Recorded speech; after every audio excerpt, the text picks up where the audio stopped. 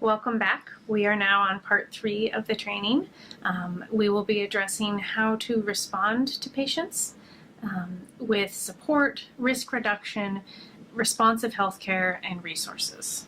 But first, Dr. Linda Chamberlain will explain why we're teaching this particular approach. So the U.S. Preventative Services Task Force now recommends screening women of reproductive age for domestic violence. And an important part of that evidence to support their recommendation is what we have learned in randomized controlled trials with the safety card.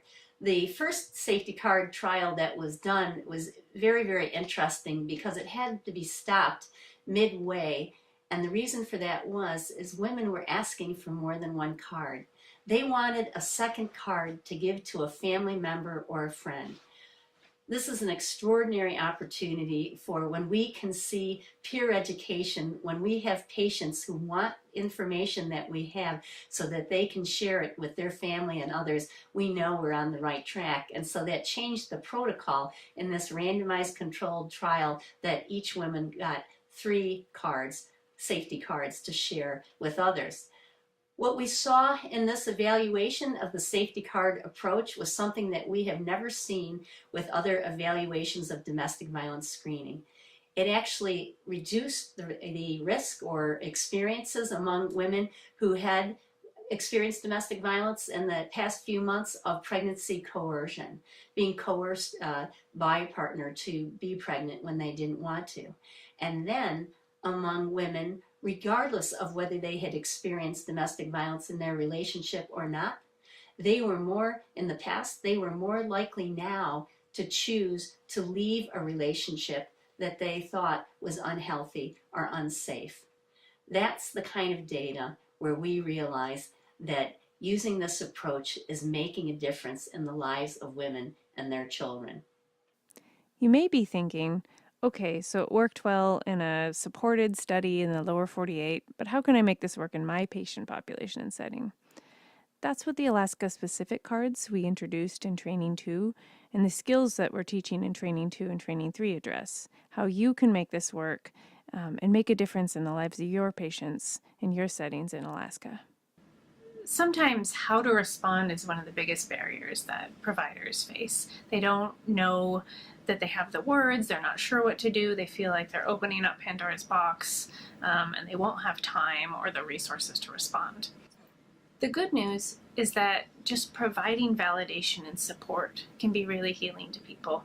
Caring is curative, and it doesn't necessarily take a long time to provide validation and support to someone.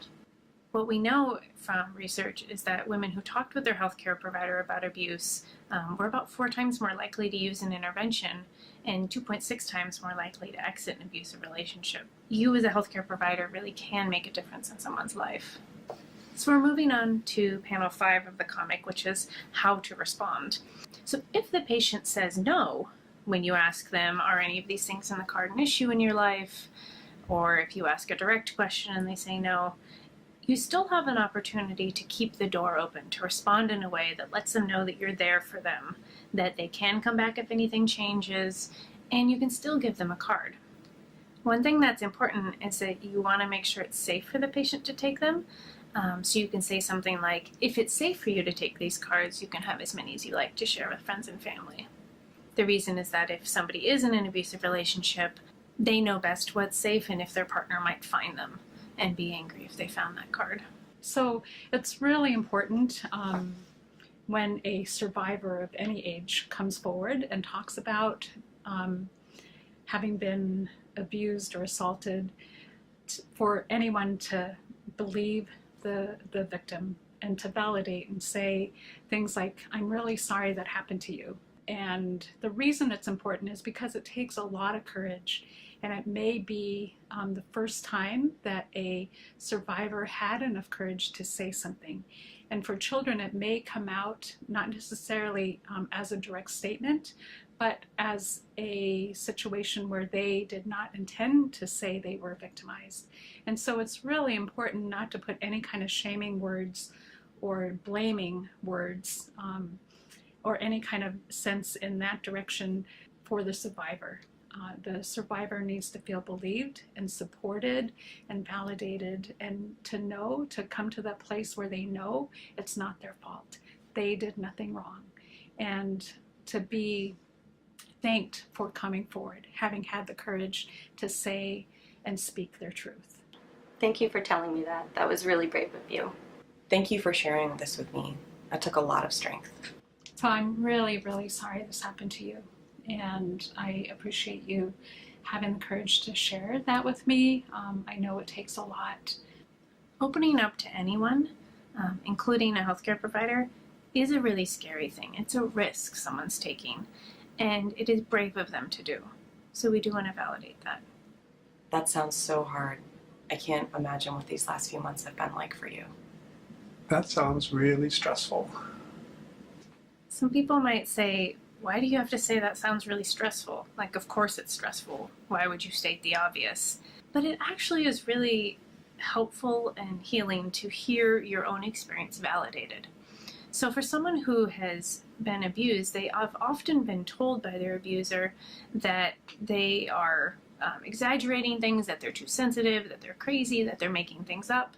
And so for you to hear about the stress in their life and validate that that is indeed stressful, or that sounds really scary, or that sounds really hard, that lets them know that their experience is real. That validates their lived experience and their trust of themselves. You don't deserve this. It's not your fault. Thank you for telling me that. It's not your fault. So please know that none of this is your fault. You did nothing wrong.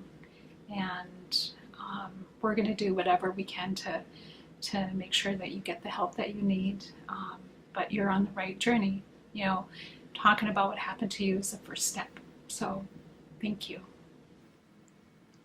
It can be so powerful to tell someone that it's not their fault or they don't deserve this, because they've often been told by their abuser or their abusers over time that it is their fault, that there's something wrong with them that's causing the abuse. We also hear a lot of these victim blaming messages in society, sometimes in our families, and so you have the opportunity to offer a different narrative that might help reshape how they think about themselves. They have believed and operated for many years, oftentimes believing that it was not okay to talk about their truth. And so believing and living their life in shame is crippling. And what it does is really, it's that idea that there's something wrong with me.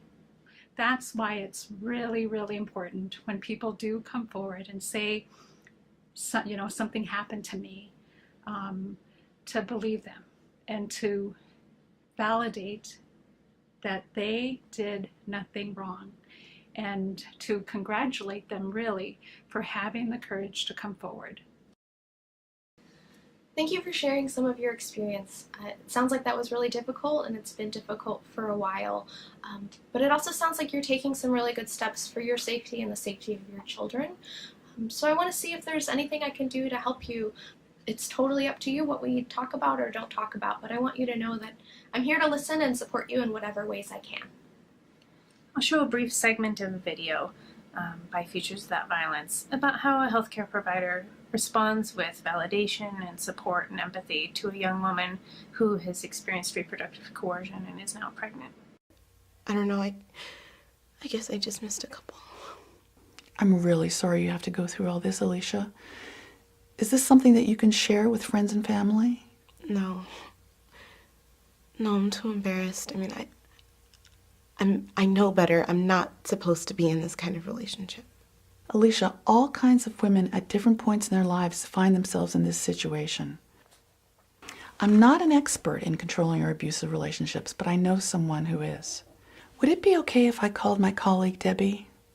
She can help you develop a safety plan, think about next steps. She's helped a lot of women in your situation. She can come here to the clinic if that's what you want to do, or you can even talk to her on the phone. Okay.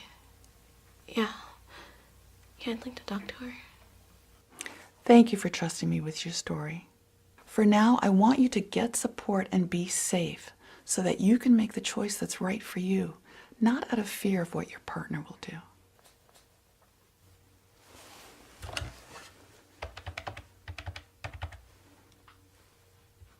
Hi, Debbie. It's Lisa from the clinic. I have a client here, Alicia, who has some things she wants to go over with you. You have time now? Great. Hold on one sec. Hi, Debbie? So what did the provider do well in that video? Yeah, so some of the things I noticed are that she obviously showed with her tone of voice and her body language and her words that she cared. She also let Alicia know that she wasn't alone in experiencing this. And she offered resources and support and help to make her own decision. So we're at panel 6 in the comic, which is about following up or helping with safety and health needs. As we talked about in the first training, domestic violence affects many health conditions. And so you have an opportunity as a provider to help make the connection for the patient between their health conditions or health behaviors and the stress that they're experiencing. And that can feel really eye-opening as well as validating for them. Now, this picture is a little funny because it has a gastrointestinal tract and an IUD, and obviously they have nothing to do with each other. But in this case, the example is that the patient may be having GI problems and also need a safer form of contraception. And this is where you can talk about both of those kind of options. It's very important not to should people, not to kind of tell them what to do, because that can feel very shaming and disempowering. So what we can do is offer concern and offer information. For example,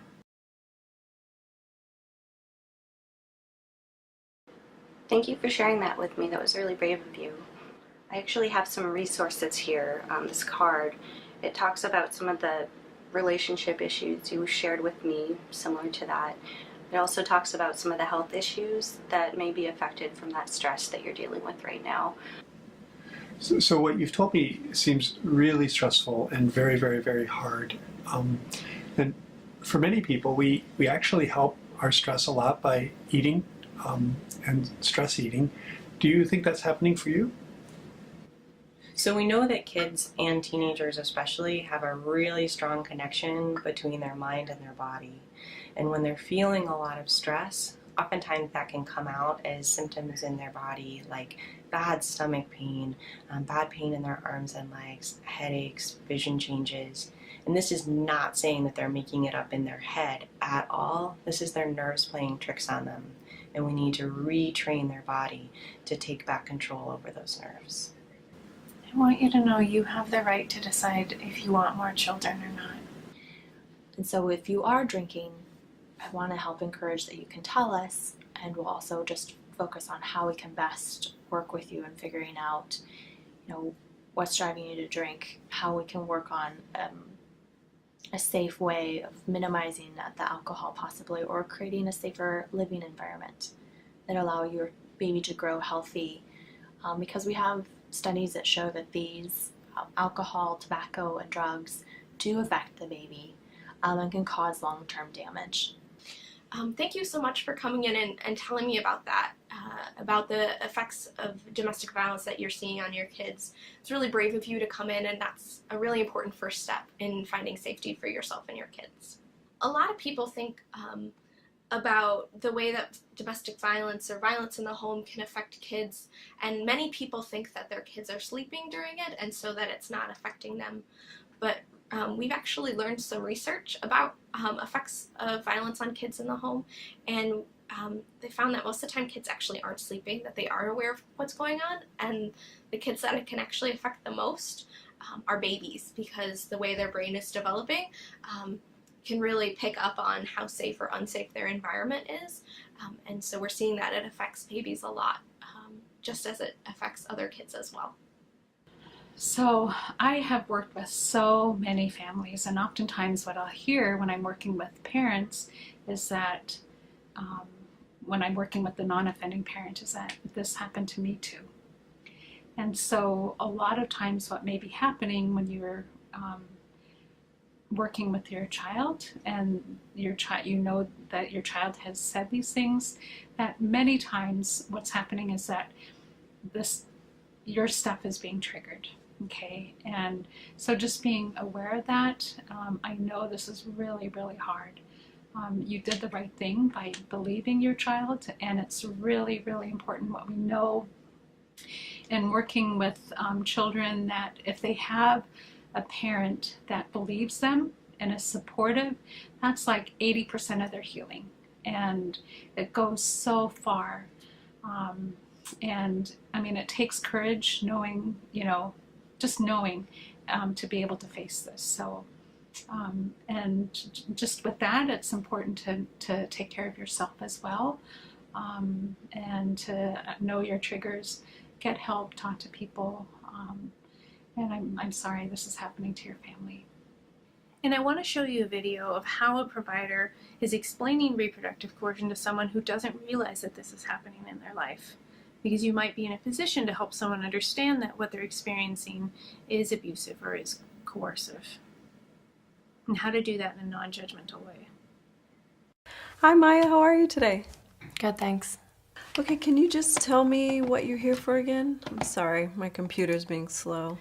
For a repeat PAP, also I had a condom accident yesterday. So since I'm here, I need... You need a repeat PAP and emergency contraception? Exactly. Okay. And I know I can get it at the pharmacy, but it's crazy expensive and it's free here. Yeah. Same partner? Yeah. Okay. It looks like we've given this to you several times in the past few months. I'm sorry, my computer's being slow. Can you remind me what methods you use again? Just condoms. Okay. Would you be interested in using something else in addition to the condoms? No, the hormones make me crazy and I gain weight. I don't want to gain weight. I'm just going to stick to condoms. Okay. Well, ultimately it is your choice, but there's some great effective methods with no hormones in them. I don't know. My boyfriend doesn't like anything that isn't natural. He thinks it's unhealthy and could have side effects. And those side effects can contribute to women not being able to get pregnant when they're older. Okay. Well, we have a lot of data that shows women have no problems getting pregnant when they've used birth control. And one of the things that worries me when I hear combinations of things like this, the condom breaking so much and your boyfriend not being supportive of you using an effective birth control method, is that he may be trying to get you pregnant. Do you think he could be breaking the condoms? Well, he has been talking about wanting to have a baby with me, but I've been clear that I don't want one.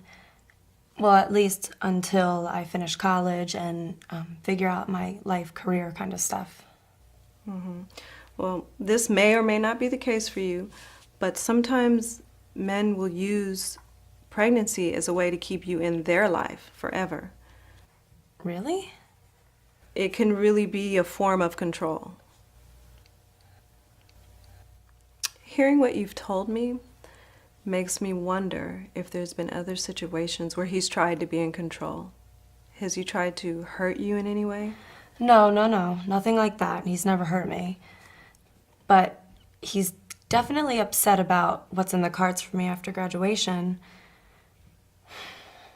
It's weird. I never really thought about putting these pieces together before.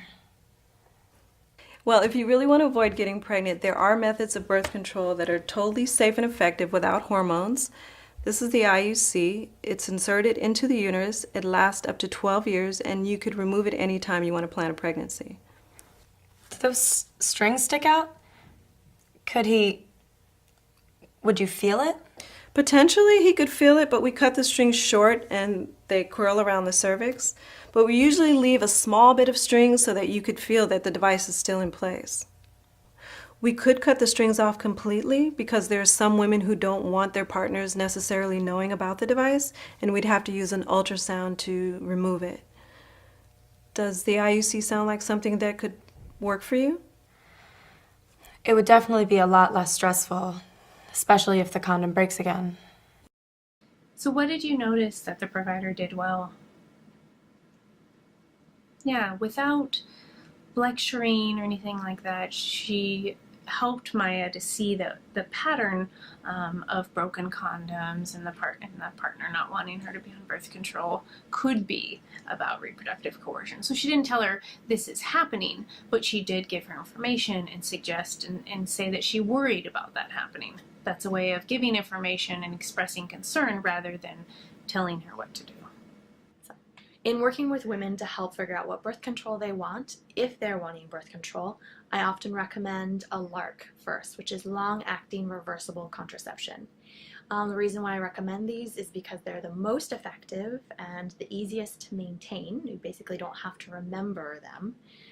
Those include the Nexplanon, which was formerly called Implanon, and also the IUDs, Paragard, Mirena, and Skyla. If a woman is wanting to get more information with those and she's in a domestic violence relationship, I often ask her if her partner were to find out about this method, would she be safe, or what does he do in controlling her reproductive care, and is that method going to work for her to help protect her safety? So in counseling, if we identify that a partner is being controlling with reproductive methods and happens to be controlling in a method where he is monitoring when she menstruates, then picking a birth control method that keeps a regular menstrual pattern is important so that she could keep that birth control secret, if that's what she's needing, is to keep it more secret from him. So birth control that does not change when you menstruate is the Paragard IUD. She would continue to have monthly menses as long as she's ovulating regularly. And that's an important discussion to ask her is with menstruation, would he identify whether or not she had a birth control method just by her menstrual pattern? With the Nexplanon, you could have no menses, you could have irregular menses, or you could have heavy vaginal bleeding. And would that change the impact? Or would he pick up on it? If she is a woman who has heavy menses and cramping and would prefer to have lighter periods, it's also important to counsel her with the Mirena. If she's wanting the Mirena or the Skyla, is that they will reduce her menstrual flow and cramping. But some women, especially on the Mirena, 8 out of 10 women don't have a period on it. So if she started not having a period without birth control, would that put her at risk? If she were to have an IUD, for example, one of the potentials is that the partner, through intercourse, might feel those strings of the IUD. If he did, would he be knowledgeable of that birth control method, and would that matter to him? Like, would he want her to pull it out? Would he pull it out himself? It is possible that we could cut the strings shorter so that they are not within the vagina, so we wouldn't feel them. But counseling as far as how the birth control changes your body and how it can be perceived, as far as like the strings can be felt. If it's a Nexplanon, it can be palpated under the skin. If he found it, or if he was knowledgeable of that, how would that be in that relationship, and how would that affect her safety? So in working with an adolescent female, it's really important to keep LARCs within your options of birth control methods, because not only they're the most effective, she also doesn't have to maintain them. It's a misnomer to say that teenagers or women who haven't had a baby before aren't eligible for a LARC, particularly an IUD. Even the American Academy of Pediatrics recommends LARCs or IUDs even for teenagers. So if that is something that you feel, working with her in that counseling, that might be the best coverage for her, she is eligible, and it's really important to get that to her in a timely manner and not delay starting a birth control method, particularly a LARC. You also don't have to be on your period in order to get an IUD.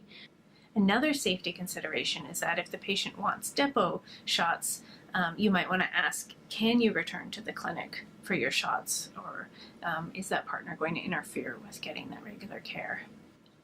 If you are giving a form of oral emergency contraception that requires the patient taking pills home, then one option you can give is to offer it in a plain envelope or an otherwise identified envelope or bottle so that the partner can't identify it as emergency contraception. There are a number of safety issues to consider around STI treatment and partner notification. Notifying a partner can be a time when abuse escalates, where a victim is more vulnerable to abuse. Sometimes the partner will have had other sexual partners and brought that STD home, but might still accuse the victim of having contracted it with another partner. It can just be a dangerous time, and so rather than simply asking the patient to go home and notify the partner or to bring expedited partner therapy home. You want to assess for whether that's safe or not. Asking something like, is it safe for you to tell your partner? How do you think your partner will react? Will it be safe for you to bring the expedited partner therapy home? Because conversations about STIs, partner notification, and safety can be tricky, I'll show you a little bit more from the Futures Without Violence video about Jocelyn. You were introduced to her and to her controlling husband in the second training, and now you'll see her partway through her visit with the provider. To get a sense of your sexual history, so I can make sure you don't get this again, have you had other partners since you've been married? Oh, of course not. Okay. How about your husband? Is it possible he has other partners? I guess it's possible. So, have you spoken to your husband about PID and chlamydia? No. I was hoping they screwed up the test results. I mean, that happens, right? Sometimes? That's not what happened this time. And we did test you for gonorrhea, and that was negative. But we should also test you for both syphilis and HIV today. You're kidding. No, I'm not. Anytime you have a sexually transmitted infection, it puts you at greater risk for the others. Of course. Jocelyn, what would happen if you told your husband about the infection? If it would help, we could explain all about it here in the clinic. I understand he came into the clinic with you today. Would it help if I talked to him and explained? I don't think so. I don't know. Another idea is to have the health department call him. They do this kind of thing all the time. They would call him and tell him he's been exposed to chlamydia, but they can't tell him where they got the information from. I don't think that's gonna help. Jocelyn, are you afraid when he finds out he's gonna hurt you? He's gonna be really, really mad. He's not gonna believe I didn't do something. Okay, this seems really hard. And I hear this from a lot of patients. I'm not an expert in how to help with the situation with your husband, but I know someone, a colleague, Jackie. She really understands, and she can help you with a plan to be safer. Are you afraid to go out in the waiting room right now? I just can't. Okay, it comes in waves with him. I can't tell him right now. He'll blame me. I can't. Do you think he could become violent with you or someone else in the clinic? I mean, he's not gonna act up in public. Okay. Because this is so common, I'm giving these to my patients. It's all about relationships and what women deserve in relationships. Being hurt and being afraid shouldn't have to be a part of that.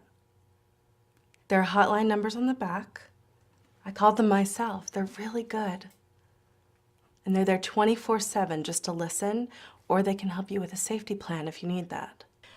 So let's finish with your other tests and take care of the rest of the visit. And then if you want, you can borrow my phone or have me call Jackie or the hotline. Okay?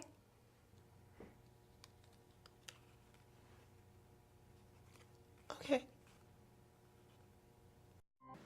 Another thing is that in considering treatment options, especially if someone needs ongoing treatment, such as for HIV, you'd want to assess with the patient whether they will be able to return to the clinic regularly or whether abuse might be a barrier to regular care, and figure out the safest treatment option based on their experience.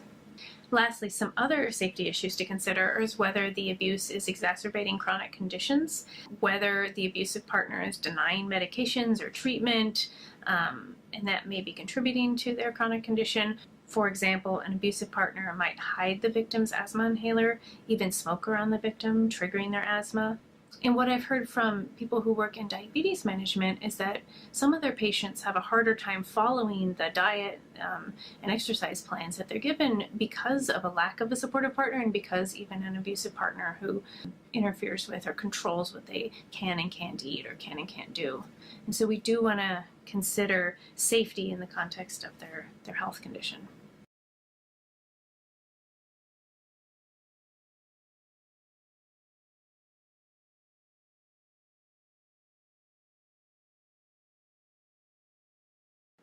So of course, in the context of a healthcare visit, you can't provide every service that the patient needs, and you're not expected to. That's why we give referrals, and that's why we have other resources. But how we give referrals matters. Rather than simply giving someone the phone number or telling someone about a service, or even kind of sending them to another department to make that referral, the more that we can have a warm handoff, a supported handoff, the more effective that referral can be. Now, what we mean by warm is that if you know the service and you can describe it well, the patient is more likely to have an understanding of what that means and be open to the idea. For example, Thank you so much for sharing all this stuff with me. I know that was really hard to do. This is something that I'm not an expert at in talking with folks about relationships and safety, but one of my colleagues is. She's a social worker here at the hospital. Is it okay with you if I go and get her so that I can introduce her to you and you guys can talk more? I'm not an expert on difficult relationships or the kinds of problems you've been telling me about, but I know some people who are. The ladies over at Tundra Women's Coalition have helped so many people. If you'd like, we could use the clinic phone here, and you could talk with an advocate there. There are even advocates who speak Yupik if you'd be more comfortable speaking in Yupik. They can listen to you, provide information, or help think about ways to stay safe. Would you like me to make the phone call and you can talk to them in private? Would you like to talk about some of the options that you have? It's totally okay if you'd rather not talk about things right now, but I'm happy to talk about them with you if you feel like this is a safe space to do so. One of the options that you have is to talk with an advocate at our local domestic violence sexual assault agency. An advocate is someone who can talk with you about your safety and any plans that you feel like you should make for your safety and the safety of your children. So that could even be staying in a shelter for a little while, or getting a protective order. These are things that an advocate can help you with. If you would like to talk to an advocate, we can call from my office if you feel like that's safe to do so. I can be in here with you, or I can leave you alone in here for a little bit to make that phone call, whatever you would prefer. I do have the number here if you would like. Advocates are available to talk with you 24/7, and so if you want to ever make that call from here, you're always welcome. Even if you don't have an appointment, you can come in and talk with our person at the front desk or meet with me, and we can make sure that there's a quiet place for you to make that call. You're always welcome to come back here. This is a brief video from Futures Without Violence of one of these warm, supported referrals for a Spanish-speaking patient. While we're waiting on this, Martha, I'm wondering if you'd like to talk with someone about when you're having a hard time in your relationship. I have a really kind colleague, Nina, who works for a local organization that helps women who are having trouble in their relationships. She works with a lot of women who come here to the clinic, and she could even speak with you in Spanish if you'd like. She runs a weekly group for women to talk about their concerns in their relationships, and she also has a safe shelter where you could go to if you ever need to leave your house in a hurry for safety. Would you like to talk with her? Just talk. Yes, and you can talk without giving your name if that would make you feel more comfortable. I can go ahead and make the call to get things started if you'd like. Maybe. Yes.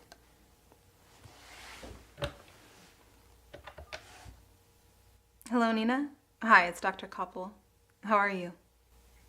Well, I'm sitting here with a Spanish-speaking client. She has some questions for you. Here. Hola. Sí. Me llamo Marta. Bien, gracias. Quería hacerle algunas preguntas. Now, as providers, you may not always know what resources are available in your regions, which is why we created these user-friendly visual resource guides for all domestic and sexual violence services for every region of Alaska. They're available on the Epicenter's Healthy Families page. You can select and download any of the regions.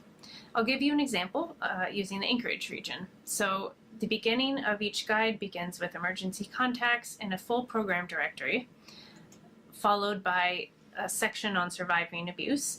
And the first part of this is about reporting options for children and teens, describing what child advocacy center is available in the region, followed by reporting options for adults, and then information on shelter options. And this includes photographs of shelters to show that it's a warm, family-friendly kind of place. And you can use the photos to go over this with your patients and say, you know, this is a shelter, you don't have to go there, but this is an option, and show them what it looks like.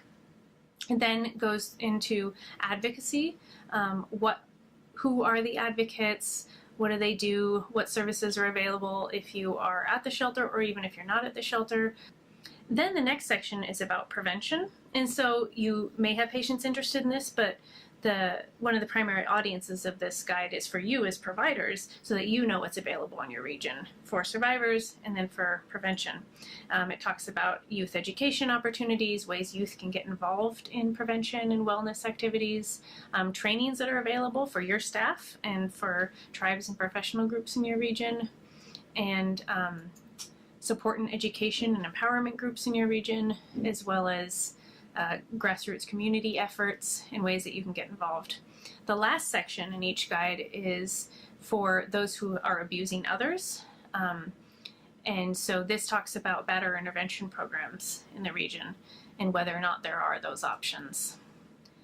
So again, this guide is mostly to get you as staff comfortable with understanding what services are available in your region so that you can talk about it with your patients. But it's also something that you can give with your patients if they want.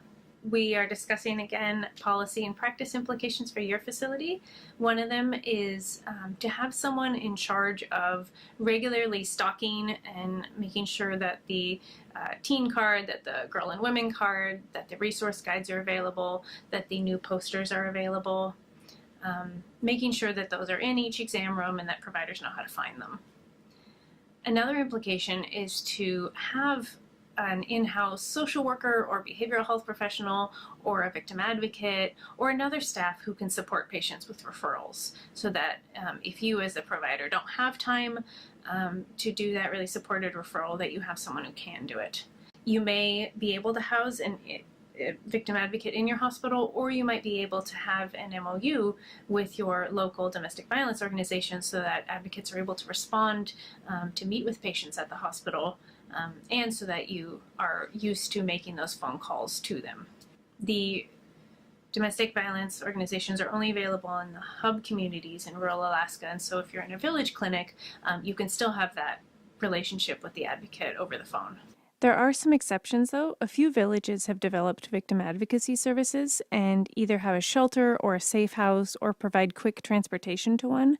A few examples are St. Paul Island, King Salmon, Craig, and Emonic. Many other villages are involved in prevention and crisis response programs, though, and they work in coordination with the shelters in the hub communities. We talked in the second training about how to let people know about the limits of confidentiality and when you would have to make a mandated report. If you do end up having to make a mandated report, you want to do that in a way that minimizes the trauma of that experience. It can be a really upsetting experience for patients. And so some basic principles are to acknowledge the patient's feeling about the report, to inform them about the process of reporting and what to expect, and to involve them. You can make the report with them, or you can ask them to tell you their safety concerns, and you can include those in the report. So acknowledging them, right, keeping them informed and keeping them involved as much as possible. For example, I know this is something you may not want to hear, but like I said at the beginning of our meeting, this is one of those things I do have to report, but we can do it together in a safe way. And I'll show a brief example of that with a teenage victim. Also, I want you to come back in 3 months to test for HIV, just to make sure, okay? Thank you. So, Olivia, what happened to you at that party, someone having sex with you without your consent, it's not your fault. And it's a crime. I'm not an expert on sexual assault, but I work with these counselors at the local program, especially this woman, Jessica. She gets it. And she can go with you to the ER, get a specially trained nurse to give. No, I don't want anything like that. I'm 15. I was just stupid at a party. And I don't want to talk about it. Okay. Just so you know, you can talk to Jessica whether you decide to have the exam or not. Also, so this is the national hotline on the back of the card here, RAIN. They're open to talk to you 24/7. It's all confidential. And, you know, they're really supportive and nice. So, Olivia, do you remember when we talked earlier and I said that there were some things that I would need to report? This is one of those things. What? No. No, you can't. I mean, I wasn't even supposed to be at this party. My parents don't know I was at this party. My boyfriend doesn't know I was at this party.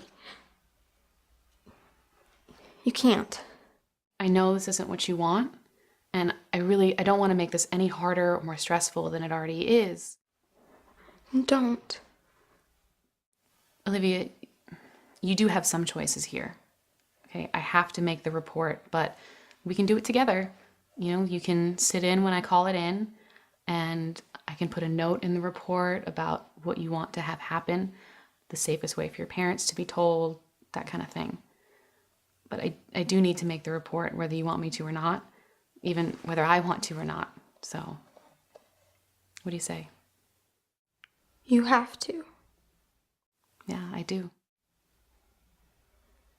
Then I guess I want to hear the call. So what did the provider do well with Olivia? Yeah, she was compassionate, she gave information. She also waited until the end of the visit to talk about mandated reporting because she wanted to have Olivia's kind of full attention while making sure that she gets the treatment that she needs and the resources that she needs. She, of course, had talked about the need to make a mandated report earlier in the visit. She was able to reference that, so Olivia didn't feel betrayed and blindsided by that report. Of course, Olivia was upset about it, but she acknowledged Olivia's feelings, empathized with her, and when Olivia kept pushing back and saying, no, don't do it, she didn't get in a power struggle with her. She let Olivia know that she had options, and she gave Olivia those options and involved her in the process. So the last step is documentation. We won't go into this in a lot of depth, and you can get more training on documentation, but some important things to note are to make detailed objective observations, including body maps, any evidence of injuries, quotes from the patient, and observations of their demeanor, affect, behavior, etc., observations of controlling partners, any legal recourse taken or referrals made. The most important thing is that you do not want to write no domestic violence, because even if the patient didn't disclose to you, saying that there's no domestic violence could be used against them in court. One of the values of having these detailed objective observations and documentation of injury is that if the patient does go to court, that's available to support the evidence that they were abused. With every patient that comes into your office, you have an opportunity to provide education about healthy and unhealthy relationships, their rights and their options, to provide resources for them to take home with to their family and friends, to potentially break the isolation that they've been experiencing in an abusive relationship, to offer options for safety, to help address health risks that have been exacerbated by abuse. We don't always know which patients have been abused and which haven't, so that's why we want to make this opportunity universally available. And also ask targeted questions for specific kinds of visits and injuries in a compassionate, non-judgmental, normalizing way by creating safe environments and opportunities for patients to talk and get resources. I want you to walk away from this training feeling like this is doable. immediately doable, even within the many demands of your busy settings.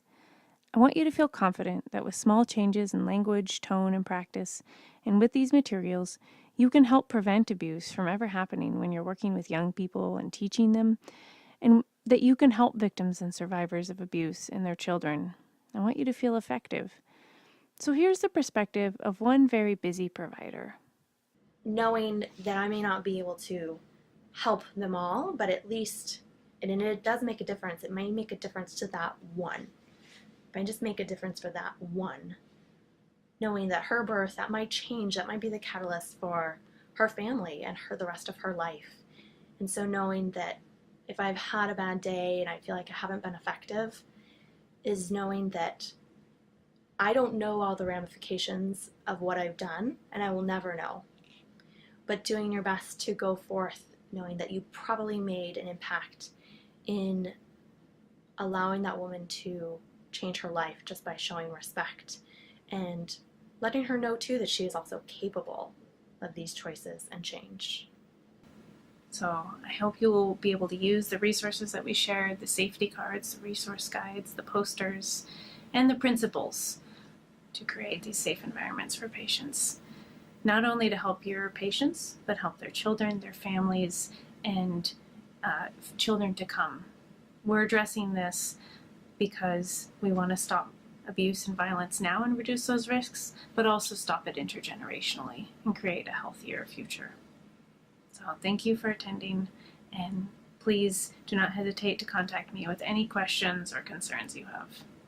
Thank you.